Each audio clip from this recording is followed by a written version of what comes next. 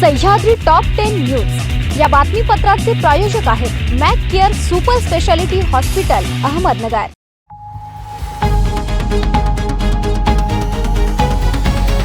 प्रेक्षको नमस्कार, मी दिशा न्यूज 24 सह्याद्रीमध्ये तुमचं स्वागत। पाहूया अहिल्यानगर जिल्ह्यातील महत्त्वपूर्ण बातम्यांचा आढावा सह्याद्री टॉप 10 मध्ये। पंचायत समितीच्या कामकाजात शिस्तीचा अभाव, अस्वच्छता आणि कामात होत असलेली दिरंगाई याची जिल्हा परिषदेचे मुख्य कार्यकारी अधिकारी आनंद भंडारी यांनी गुरुवारी पंचायत समिती कार्यालयात येऊन सर्व विभागाची झाडाझडती घेतली। यावेळी 3 कर्मचारी गैरहजर असल्याचे आढळून आल्याने त्यांना विना पगारी करण्याच्या सूचना देण्यात आल्या, तर उशिरा येणाऱ्या आणि अनुपस्थित राहणाऱ्या कर्मचाऱ्यांना शॉकॉज नोटीस देण्याचा इशारा त्यांनी दिला। पारनेर तालुक्यातील एका गावातील अल्पवयीन मुलींना धमकावून छेडछाड व अत्याचार केल्याच्या धक्कादायक घटना समोर आल्या आहेत। या प्रकरणी पीडित मुलीच्या आई वडिलांनी दिलेल्या 2 स्वतंत्र फिर्यादीवरून पारनेर पोलीस ठाण्यात पोस्को अत्याचार व इतर कलमानवे 7 संशयित आरोपींविरोधात गुन्हा दाखल करण्यात आला असून या घटनांमुळे तालुक्यात संताप व्यक्त करण्यात येत आहे। राहता बाजार समितीत गुरुवारी सोयाबीनला जास्तीत जास्त 5350 रुपये प्रति क्विंटलला भाव मिळाला। सोयाबीनच्या 17 क्विंटलची आवक झाली। सोयाबीनला सरासरी 5350 रुपये प्रति क्विंटलला भाव मिळाला। हरभऱ्याची 3 क्विंटलची आवक झाली। हरभऱ्याला सरासरी 5150 रुपये भाव प्रति क्विंटलला मिळाला। गव्हाची 36 क्विंटलची आवक झाली। गव्हाला 2245 रुपये ते 2269 रुपये भाव मिळाला, तर सरासरी 2260 रुपये प्रति क्विंटलला भाव मिळाला, अशी माहिती बाजार समितीचे सभापती ज्ञानेश्वर गोंदकर व सचिव सुभाष मोटे यांनी दिली। शेअर मार्केटमध्ये पैशाची गुंतवणूक करा, तुम्हाला चांगला परतावा मिळेल असे आमिष दाखवून चौघांनी सुमारे 60 ते 62 लोकांची 8,65,39,837 रुपयांची फसवणूक केल्याचा गंभीर प्रकार उघडकीस आला आहे। या प्रकरणी संगमनेर शहर पोलीस ठाण्यात गुन्हा दाखल करण्यात आला आहे। याबाबत अश्विन बुद्रुक येथील योगेश रामदास जरहाड यांनी फिर्याद दिली आहे।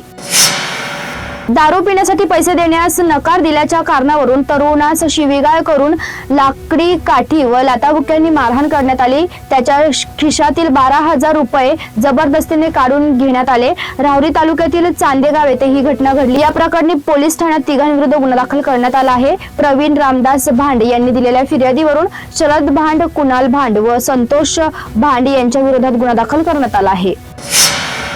सह्याद्री टॉप 10 मध्ये घेऊया छोटीशी विश्रांती।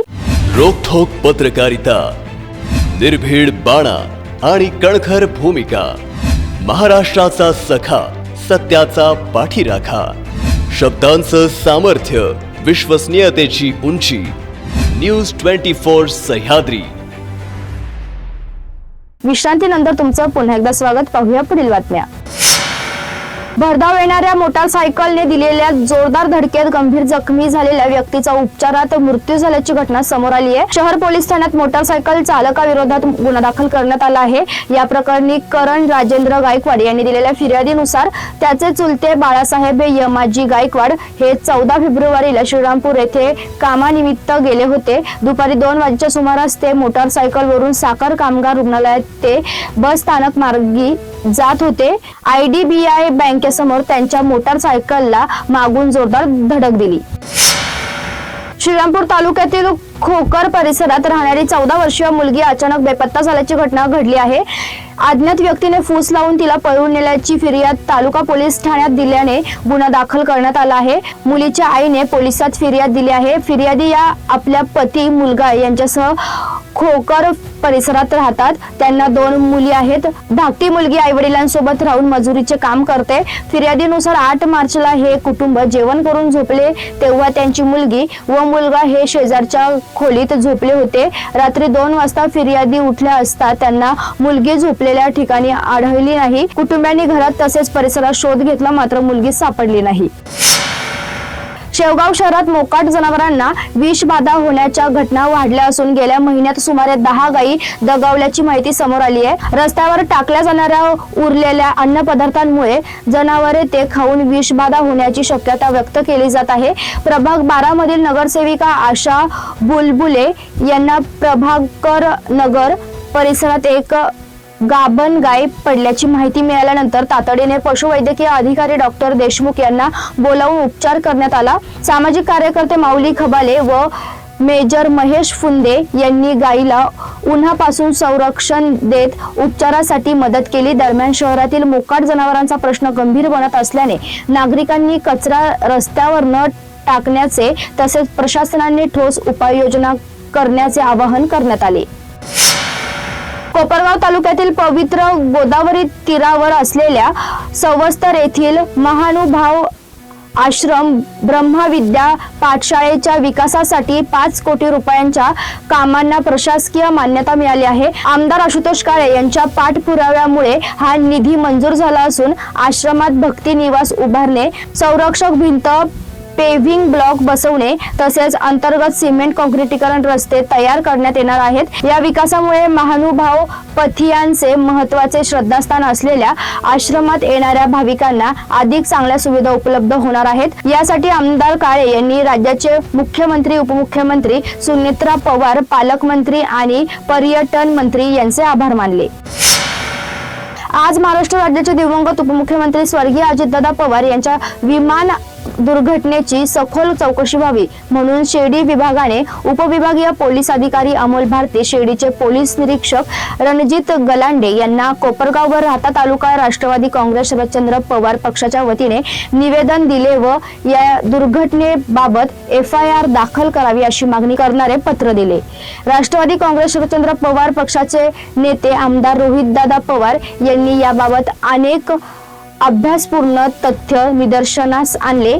त्यांची चौकशी करून संबंधित विमान कंपनी व तिचे मालक यांच्यावर गुन्हे दाखल करावेत अशी मागणी निवेदनाद्वारे केली। यावेळी अहिल्यानगर उत्तर जिल्हाध्यक्ष ॲडव्होकेट संदीप वरपे, राहता तालुकाध्यक्ष सुधीर म्हस्के, शिर्डी शहर अध्यक्ष महेंद्रजी शेळके, कोपरगाव तालुकाध्यक्ष बापू रांधवणे, राहता नगरसेवक शशिकांत लोळंगे, ॲडव्होकेट रमेश गव्हाणे, कलाताई कोते, राकेश कोते, सुरेश आसाने, रणजित बोठे, अनिल बोठे, अक्षय करडे, निखिल थोरात, ऋतुराज काळे, माजिद पठाण, रिंकू मगर, सुनील वरपत, तानाजी जाधव, सचिन कडू, सोन्या बापू डोंगरे, अनिल शेळके, सदाशिव डोंगरे, अशोक कडू, मोमीन शेख आदी पदाधिकारी व कार्यकर्ते उपस्थित होते। महाराष्ट्र राज्याचे लोकप्रिय दिवंगत नेते, आमच्या सगळ्यांचे नेते आदरणीय अजितदादांचं 28 जानेवारीला त्या ठिकाणी निधन झालं आणि तो विमान अपघात आहे याच्यावर महाराष्ट्रातल्या कोणत्याही नागरिकाचा त्या ठिकाणी विश्वास नाही। सगळ्यांना त्याच्यामध्ये घातपाताचा संशय येतो।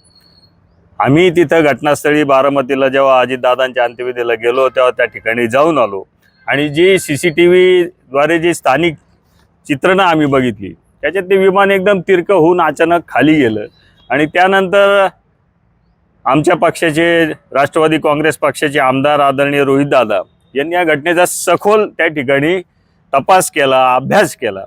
त्यांच्या आतापर्यंत 3-4 पत्रकार परिषदा झाल्या, दिल्लीत झाल्या, मुंबईत झाल्या आणि त्यांनी त्याच्यामध्ये त्या VSR व्हेंचर प्रायव्हेट लिमिटेडवर आणि DGCAवर काही गंभीर असे आरोप त्या ठिकाणी केले आणि त्याच्यातल्या अनेक त्रुटी त्या समोर आल्या। असं असतानाही की त्याच्याबाबत कुठलाही गुन्हा या राज्यामध्ये दाखल झाला नाही। मग आम्ही त्या VSRचे जे कोणी लोक असतील त्यांच्यावर गुन्हा दाखल करण्याच्या मागणीकरता इथं शिर्डीला आपले उपविभागीय अधिकारी भारती साहेबांकडे आलो आणि आमचे इथले तालुकाध्यक्ष सुधीर म्हस्के असतील, शहराध्यक्ष महेंद्र शेळके असतील, त्या भागातले शशिकांतजी लोळगे, आमचे कोपरगावचे तालुकाध्यक्ष बापू रांधवणे, ॲडव्होकेट रमेश गव्हाणे, सर्वच मंडळी असतील, आम्ही सगळे इथं आलो आणि इथले तालुकाध्यक्ष सुधीर म्हस्के यांच्या नावाने आम्ही इथं FIR त्या ठिकाणी घेतली। त्यामुळे आम्ही बघतो आणि त्यानंतर उचित कारवाई करू आणि त्याची पोच आम्ही घेतली। DYSPना आम्ही या ठिकाणी भारती साहेबांना निवेदन दिलं आणि या घटनेची सखोल चौकशी व्हावी अशी मागणी आम्ही या निवेदनाद्वारे केली। खऱ्या अर्थानं आपण जर बघितलं तर रोहित पवार एक पक्षाचे आमदार आहे आणि आमदार अनेक वेळा त्यांनी मागणी केलेली आहे, तरी सुद्धा महायुतीचं सरकार आहे यामध्ये काही विशेष लक्ष घालताना दिसत नाहीये। कसं पाहता या सगळ्या गोष्टींकडे? नाही, याच्यामध्ये आपल्या प्रश्नातच याचं उत्तर आहे की रोहितदादांसारखा अभ्यासू आमदार ज्याचे अजितदादा नुसते नेतेच नव्हते तर काका होते, म्हणजे घरातली व्यक्ती मागणी करत असतानाही प्रतिसाद दिला जात नाही. मला यावेळेस आपल्या माध्यमातून जनतेला आवर्जून सांगायचं आहे की 2018 साली घाटकोपरला एक असंच प्रायव्हेट विमान त्या ठिकाणी क्रॅश झालं होतं आणि ते उत्तर प्रदेश सरकारचं होतं आणि त्याच्यामध्ये कुठलाही राजकीय व्यक्ती नव्हता. ते विमानाचे पायलट होते आणि काही इंजिनियर होते, परंतु ते 2018ला या महाराष्ट्रामध्ये घाटकोपरला उत्तर प्रदेश सरकारचं विमान क्रॅश झाल्यानंतर तेव्हाच्या मुंबई पोलिसांनी त्याच्यामध्ये संबंधित नेत्यांच्या मागणीहून गुन्हा दाखल केला. मग महाराष्ट्राचाच उपमुख्यमंत्री, आत्ताच्या सरकारचे घटक असलेले उपमुख्यमंत्री आणि तो अपघात बारामतीत झाल्यानंतर मग इतक्या वेळा मागणी करूनही गुन्हा दाखल का होत नाही? म्हणजे 2018ला तुम्ही उत्तर प्रदेश सरकारचे प्रायव्हेट जेट जे अपघातग्रस्त झालं त्याच्यात गुन्हा दाखल केला आणि निग्लिजन्सचा, आणि याच्यामध्ये तुम्ही करत नाही. मग याच्यामध्ये निश्चितच शंका घ्यायला व्हावे आणि आम्ही रोहित दादांच्या या सगळ्या भूमिकेचं आम्ही त्या ठिकाणी समर्थन करतो. खरं तर आपण जर बघितलं तर अजितदादा हे सध्या सत्ताधारी या महायुतीमध्ये होते, परंतु राष्ट्रवादीचा कोणीही नेता, एक दोन नेते सोडले तर कोणीही असं उघडपणे बोलायला तयार नाही या विषयावरती. आणि महायुती म्हणते की चौकशी सुरू आहे. या सगळ्या गोष्टींकडे कसं पाहत आहे? नाही, हा ज्याचा त्याच्या नैतिकतेचा भाग आहे. वास्तविक आम्ही पवार साहेबांचं नेतृत्व मांडणारी इथं असलेले सगळे कार्यकर्ते, आम्ही कुठल्याही सत्ताधारी पक्षाचे त्या ठिकाणी भागीदार नाही.